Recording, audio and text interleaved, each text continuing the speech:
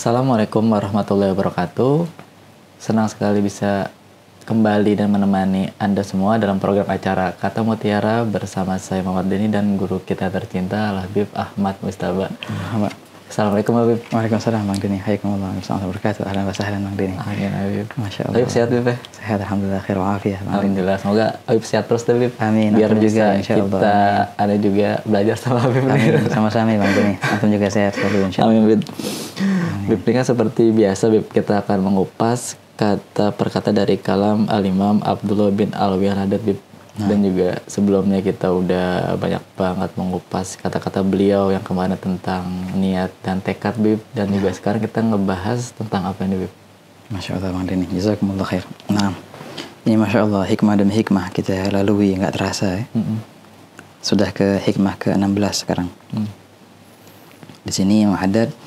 Nah kemarin kan perihal masalah tekad untuk melaksanakan amal yang baik. Nah, hendaknya jangan sampai kita abaikan tekad itu. Lampiaskanlah. Kalau seandainya kita abaikan tekad itu, ngerinya nanti nggak bakal datang lagi tekad, dan terus begitu. Nah sekarang kebalikannya. Kita akan bahas di sini tekad untuk melaksanakan amal yang buruk.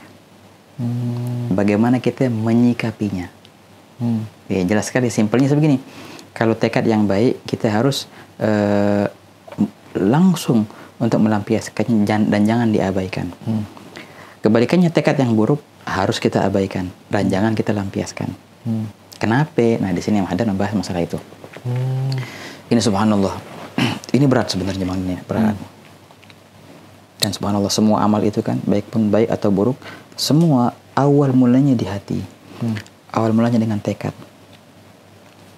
Kemarin kita bahas bahwasanya ketika seseorang bertekad untuk beramal yang buruk ya, ditulis dosa nggak? Nggak kan? Oke. Kemudian terkala dia melampiaskan tekad itu, kemudian dia mengamalkan maksiat, tulis nggak? Belum dulu, ditunggu sama malaikat sampai suatu saat dia nggak taubat baru ditulis. Oke, begitu perihal yang maksiat. Nah kalau seandainya begini, dia bertekad untuk melaksanakan pekerjaan yang buruk, teman. Pas tiba saatnya, dia bisa menahan hawa nafsunya, sehingga dia tidak melaksanakan perbuatan yang buruk itu. Apa yang dia dapat? Dapat pahala deh. Dapat pahala. Padahal dia tekad yang buruk tuh. Gara-gara dia mampu menahan hawa nafsunya untuk melampiaskannya, dia dikasih ganjaran oleh Allah Taala. Nah, yang ajib kan, keren banget. Nah inilah dibahas oleh Imam Haddad di sini. Masya Allah, Masya Allah. Oh, tekad yang buruk ini penyakit yang luar biasa Bang Denny. Khawatir su, kalau bahasanya, lintasan hati yang buruk, dan bagaimana kita menyikapinya. Bismillah, kita dengerin Imam Haddad bagaimana beliau. Waduh, Anda juga udah nggak sabar nih dengar nasihat dan kata mutiara beliau. Allahu Akbar. Bismillahirrahmanirrahim. Anda baca ya. Bismillah.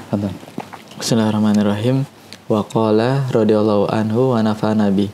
Amin. Iza da'atka nafsuka ila sahawah wa iyyaka an taqula ajibuha fi hazi wa frigil qalba min mutalabatiha fa innaka in ajabtaha ilaiha da'atka ila adzami minha. Baik.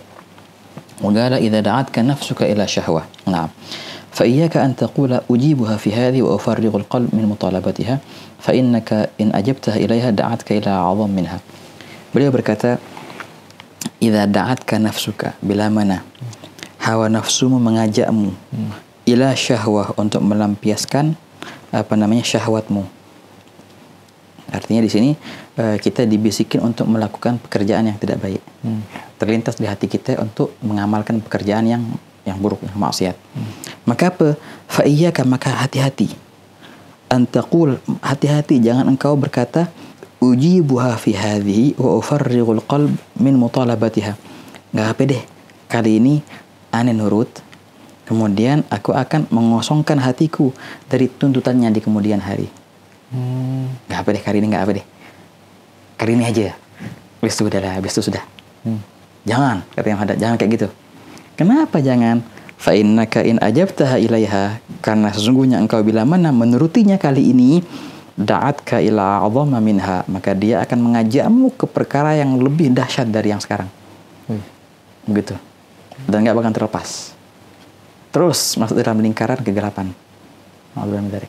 Kalau sekali dia mencemplung gitu. Betul. Engkau rela kali ini enggak, kali ini aja nggak apa deh. Ya kali ini nggak apa-apa. Yang ada bukan kali ini, itu terus akan masuk ke suatu lingkaran yang susah ketika keluar dari lingkaran itu. Kuncinya sekarang ini. Jadi cerita begini, nggak ada ceritanya udah nggak apa kali ini deh. Enggak, itu bahaya besar. Justru dengan kalimat nggak apa kali ini aja adalah permulaan untuk kegelapan yang abadi. Dan susah banget keluar dari kegelapan itu. Dan terus artinya nggak apa kali ini aja, habis itu sudah nggak lagi lah. Ketika engkau masuk dan engkau merasakan kelezatan maksiat yang itu adalah tipu daya syaitan, itu bakal ketagihan dan akan hilang kelezatan taat kita. Menjadi berat taat itu akhirnya, ya enggak? Dan akhirnya ketagihan dengan maksiat dan akan timbul lagi kata yang hadap akan diajak lagi perkara yang lebih dahsyat lagi, ya enggak? Ayo coba gini, wow lebih enak itu, terus bakal ngelingkar terus ke keinginan yang buruk, pelampiasan. Kemudian keinginan yang lebih buruk, pelampiasan. Kemudian ke keinginan yang lebih buruk, pelampiasan, dan terus dalam. Coba gimana cara keluarnya? Cara keluarnya, ya enggak? Oh, ini susah. Gimana ceritanya orang itu bisa untuk taubat? Sedangkan dia dalam lingkaran keburukan terus. Makanya dibilang satu-satunya cara keluar untuk cara untuk keluar dari lingkaran yang buruk itu dengan inayatullah, dengan perhatian Allah Ta'ala kepada hamba itu. Gimana contohnya? Dengan Allah Ta'ala dekatkan ia kepada orang soleh. Tatkala dia memandang orang soleh atau dipandang oleh orang-orang soleh, itu langsung dikeluarin dia dari lingkaran buruk itu. Nafhah wa jadzbah dia bilang. Ataupun langsung Allah Ta'ala tarik dia tanpa perantara. Tapi jarang kayak gitu. Nah makanya tatkala terlintas di hati kita perihal yang buruk, jangan sampai kita bilang nggak apa-apa deh sekali ini. Wah, itu bahaya banget. Di sini Imam Busiri berkata, Bang Denny, dalam burdahnya, wan nafsu katifli, ya enggak? In tuhmilhu syabba ala hubbir radha wa in taftimhu yanfatimi. Persis perihalnya hawa nafsu itu bagaikan anak kecil yang masih nyusu. Ya, 2 tahun, semestinya udah kelar nih kan? Bahasa Indonesia apa kalau selesai dari nyusu tuh? Disapi. Iya, disapi. Nah, kalau bahasa Arabnya fatum. Nah. Hawa nafsu itu bagaikan anak kecil yang nyusu sekarang. Kalau seandainya engkau ladeni dia dan semestinya sekarang sudah kelar nih waktunya, udah 2 tahun nih ceritanya. Harus kita jauhi dari susu. Kau nggak tega, ya enggak, untuk menjauhkannya, kesian, nangis. Terus sampai kapan? 2 tahun, lebih 3 tahun, 4 tahun, dan sampai gede, ada yang sampai gede nggak bisa lepas dari susu. Ya enggak, karena apa? Nggak tega ceritanya. Syabba ala hubbir radha, maka dia akan menjadi remaja dalam keadaan dinyusu. Tapi kuncinya wa in taftimhu yanfatimi. Kunci 1, lepaskan dia, jauhkan dia. Nangis, pasti nangis. Begitu hawa nafsu. Cegah dia dari syahwat, cegah dia dari ajakan buruk. Nangis, pasti nangis dan berat gitu. Iya. Enggak? Berat, tapi entar dulu. Ketika anak kecil itu dijauhkan dari susu itu, nangis, merengek segala macam. Habis sudah kelar, dia bakal lupa apa yang namanya susu. Dia bakal jijik dengan apa yang namanya susu itu. Nah, begitu pula hawa nafsu. Itu lebih baik dihindarin, kalau bisa jangan deketin gitu. Betul banget, nah makanya. Soalnya kalau udah masuk udah jadi kayak pintu pembuka lebih lagi. Terus gitu. Betul, akan membawa ke perkara yang lebih dahsyat kita yang menghadap itu. Persis kayak lingkaran tadi yang kita sebutkan. Dari yang keji ke pelaksanaan. Kemudian niat yang keji, pelaksanaan. Niat yang lebih keji ke pelaksanaan, dan terus lingkaran yang buruk, lingkaran kegelapan dan tiada habisnya. Makanya jangan sampai jangan sampai ente bilang nggak apa-apa deh kali ini. Habis sudah kelarin, habis itu aneh taubat deh. Habis itu aneh taubat, aneh kelarin. Ya kagak. Justru dengan masuknya itu harapan taubat susah. Kita bilang gini. Bukannya ada taubat pasti pada setiap maksiat. Ya pasti. Beda ketika orang begini, ketika orang berbicara kepada dirinya untuk bertaubat sebelum dia melaksanakan maksiat dan setelah dia melaksanakan maksiat, beda jauh kedudukannya gitu. Maksudnya gimana nih? Orang maksiat nih, contohnya naudzubillah min dzalik, orang maksiat, jatuh ke maksiat, dia menyesal dan dia taubat, bagus nggak itu? Bagus. Dan terus begitu. teman. Tapi ada orang kedua, dia belum maksiat ini. Dia mau maksiat. Dia bilang sama dirinya, taubat itu bagus. Ini gampang taubat. Allah Ta'ala Maha Pengampun, ngampunin dosa apa aja. Dia belum melaksanakan maksiat ini ceritanya. Dia mau melaksanakan maksiat tapi dia beriming-imingin dengan taubat. Bagus nggak? Bahaya. Justru ini bakal membawa dia ke maksiat.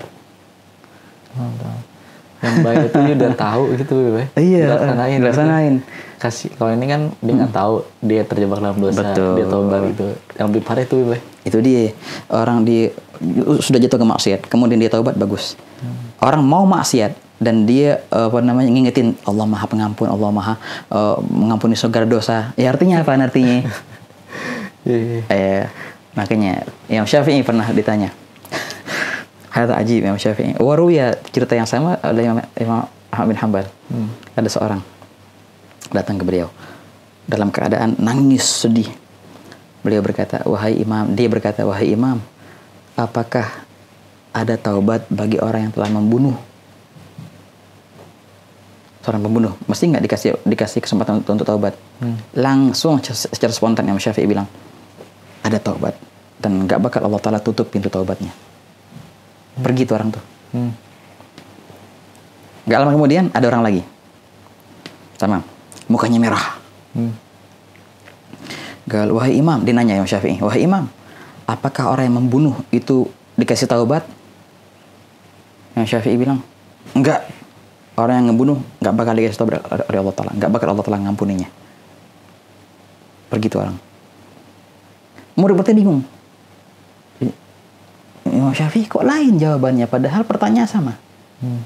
Yang pertama, engkau bilang orang yang membunuh itu masih dikasih taubat. Yang kedua, engkau bilang orang yang membunuh nggak bakal dikasih taubat. Kok bisa? Beliau bilang kayak gini, iya, aku melihat orang yang pertama datang kepadaku menangis dan menyesal karena dia telah membunuh. Dan dia mencari pengampunan Allah Ta'ala. Pasti Allah Ta'ala bakal mengampuninya. Tapi orang kedua, pas aku lihat mukanya lagi merah, lagi kesel nih orang nih, lagi marahan nih. Dia cerita belum membunuh, dia ngapain mau membunuh orang. Habis itu dia mau taubat. Karena bilang, iya Allah pasti akan ngampuni. Apa yang terjadi akhirnya? Bunuh beneran akhirnya dia. Nggak ada. Nggak boleh nanti bunuh. Nggak bakal Allah telah ngampuni nanti kalau nanti bunuh. Nah begitu. Beda antara orang yang niat bertaubat setelah dia jatuh ke maksiat dan niat bertaubat sebelum dia jatuh ke maksiat. Jauh banget. Intinya apa di sini? Intinya tatkala hawa nafsu mau mengajakmu ke perkara yang keji, maka abaikanlah ia dan jangan engkau lampiaskan. Jangan engkau kasih toleransi sedikit pun nggak ada. Kenapa? Karena engkau kasih toleransi sekarang bakal digeret sama dia ke perkara yang lebih dahsyat dan terus dalam lingkaran kegelapan yang tidak hentinya dan terus begitu. La ilaha illallah. Tahu ngeri banget. La ilaha illallah Magdini. Ya khair. Ya, Anda juga pernah dengar suatu ulama gitu, maksudnya ada anak muda ngadu gitu kan, tobat maksiat itu mungkin itu karena dia nggak bisa keluar dari zona itu, makanya dia ngadu kepada ulama atau orang-orang soleh. Berarti kalau kita udah kena ke situ, kita lebih dekat-dekat sama orang soleh. Itu dia, itu kuncinya. Itu kuncinya. Susah keluar dari lingkaran kegelapan itu melainkan dengan pertolongan orang-orang yang memang Allah Ta'ala izinkan mereka. Allah yang cintai mereka. Dengan cinta langsung bisa dikeluarin. Masyaallah. La ilaha illallah. Baik, tapi udah makin seru banget nih bahasannya. Udah juga sebenarnya pengen bahas lagi tapi karena waktu nih. Terima kasih banyak pun dari atas waktunya dan juga atas pembahasannya, ilmunya. Aduh, ini jadi tercerahkan. Ya karim, marhaba. Dan juga makasih banyak para pemirsa yang telah menyaksikan Kata Mutiara, yang juga tadi penjelasan dari guru kita Habib Ahmad Mustafa sangat indah-indah banget dan juga bikin jadi terah lagi nih Habib gitu dengar nasihat-nasihat dari Imam Ali bin Abi Al-Haddad. Baik, Habib, kita sudah dulu Habib ya episode kita kali ini. Juga para pemirsa, terima kasih banyak telah menyaksikan Kata Mutiara dari awal hingga akhir. Saksikan terus Kata Mutiara. Saya Muhammad Deni pamit dan Habib Ahmad Mustafa pamit. Wassalamualaikum warahmatullahi wabarakatuh.